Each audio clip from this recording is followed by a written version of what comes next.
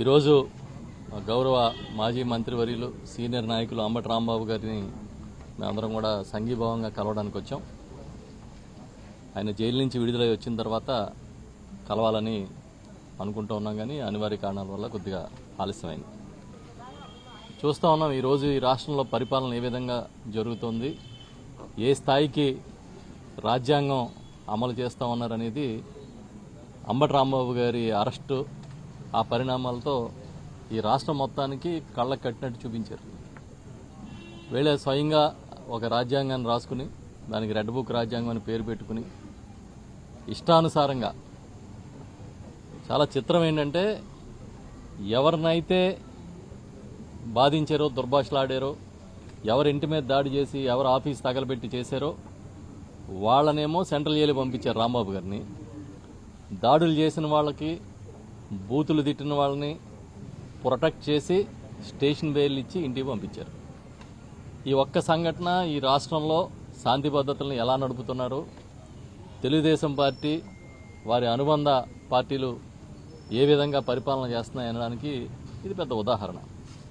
కానీ వాళ్ళు అనుకున్నట్టుగా ఇలాంటి సంఘటనలు వైఎస్ఆర్ పార్టీ నాయకుల్ని, కార్యకర్తల్ని, శ్రేణుల్ని ఏమీ భయపెట్టలేవు, బెదిరించలేవు.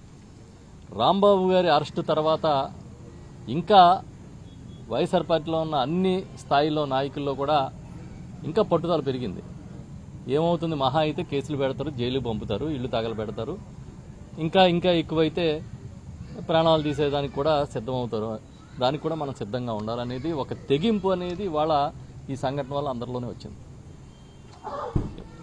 వాళ్ళ ఇంట్లో మహిళలు ఉన్నారు, పిల్లలు ఉన్నారు, కనీసం సంస్కారం కూడా లేకుండా స్వయంగా స్థానిక ఎమ్మెల్యే జనాలను వేసుకొచ్చి దాడులు చేస్తే వాళ్ళకి మద్దతు ఇస్తున్నారంటే ప్రభుత్వంలో ఉన్న పెద్దలు, చంద్రబాబు నాయుడు గారు కావచ్చు, మొత్తం ఇవాళ ఒక ముఖ్యమైన మంత్రిగా మొత్తం వ్యవస్థలు నడుపుతున్న లోకేష్ గారు కావచ్చు, లేదంటే ఇంకా ఆ పార్టీలోని ముఖ్యమైన నాయకులు అవ్వచ్చు, వీళ్ళందరూ చాలా తెగబడి మనం ఏం చేసినా చెల్లుబాటు అవుతుందనే కార్యక్రమం చేస్తూ ఉన్నారు.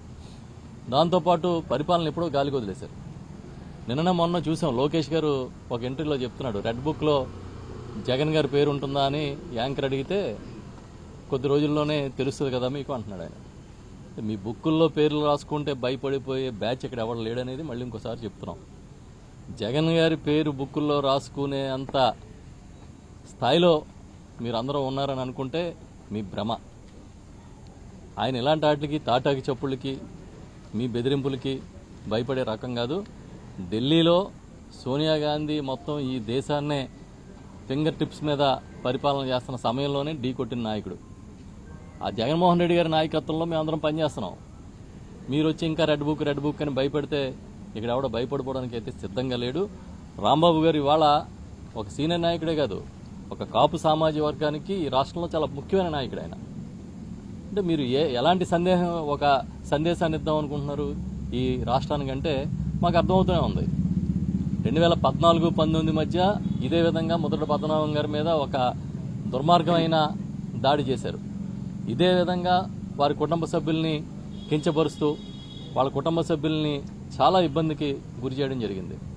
ఇవాళ ఏదైతే సెంట్రల్ జైల్లో రాజమండ్రిలో రాంబాబు గారు నుంచారో అదే సెంట్రల్ జైలు ఆపోజిట్లో ఉన్న జనరల్ హాస్పిటల్ని ఒక జైలులా క్రియేట్ చేసి ఆ రోజు పద్మనాభం గారిని బంధించారు. అంటే మీకు అలవాటు అయిపోయింది.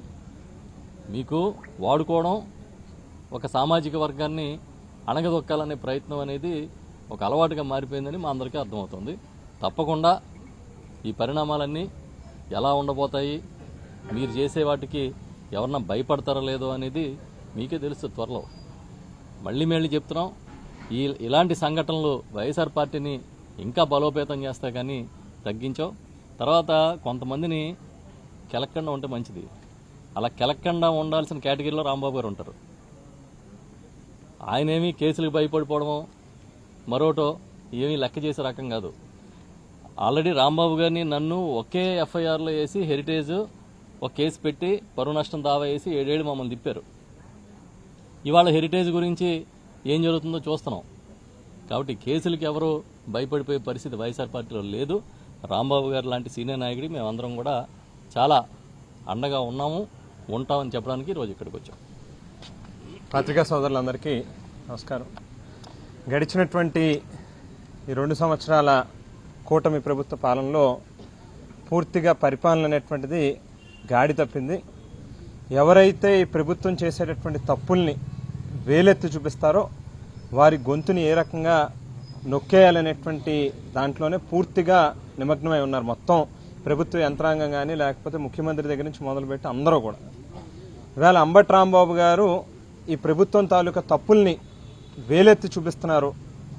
ఉదయం లెగిస్తే ప్రభుత్వంలో జరుగుతున్నటువంటి తప్పుల మీద మాట్లాడుతున్నాడు, ఆయన ప్రశ్నిస్తున్నాడు అనేటువంటి ఒకే ఒక్క ఉద్దేశంతో ఆయన్ని ఏదో రకంగా భయభ్రాంతులకు గురి చేయాలి, ఆయన్ని కృంగదీయాలి మానసికంగా అనేటువంటి ఆలోచనతోనే ఇవాళ వారి ఇంటి మీద దాడి చేసి ఇంట్లో ఉన్నటువంటి వస్తువులన్నింటినీ కూడా పగలగొట్టి కారులకి నిప్పు పెట్టినటువంటి పరిస్థితులు మనం చూసాం. కానీ రెట్టించినటువంటి ఆత్మవిశ్వాసంతో వేళ బ్రిటిష్ వాళ్ళ పరిపాలనలో కూడా చాలా మందిని ఆవేళ స్వాతంత్ర ఉద్యమం కోసం పోరాడినటువంటి వాళ్ళని జైళ్లలో పెట్టి ఇబ్బంది పెట్టాలనేటువంటి ప్రయత్నం చేస్తే ఒక్కొక్కరు ఒక్కో సీతారామరాజులాగా తయారైనటువంటి పరిస్థితులు మనకు గుర్తొస్తా ఉన్నాయి. ఇవాళ అదే రకంగా అంబటి రాంబాబు గారు కూడా ఈ ప్రభుత్వం ఆయనని ఏ రకంగా కృంగదీయాలి అనేటువంటి ప్రయత్నం చేస్తే దానికి ఇంకా రెట్టించినటువంటి విశ్వాసంతో ఆత్మవిశ్వాసంతో పనిచేస్తాననేటువంటి మెసేజ్ని చాలా స్పష్టంగా మొదటి రోజు నుంచి కూడా ఇస్తా ఉన్నారు. ఇవాళ ప్రభుత్వం ప్రజల తాలూకా సమస్యని పూర్తిగా గాలి కొదిలేసింది కాబట్టే ఎప్పుడు మనం కని విని ఎరగనటువంటి చావుల్ని మనం చూస్తూ ఉన్నాం. రోజువారీ తాగేటటువంటి నీళ్లు తాగితే ప్రజలు చనిపోతా ఉన్నారు, పాలు తాగితే చనిపోతా ఉన్నారు.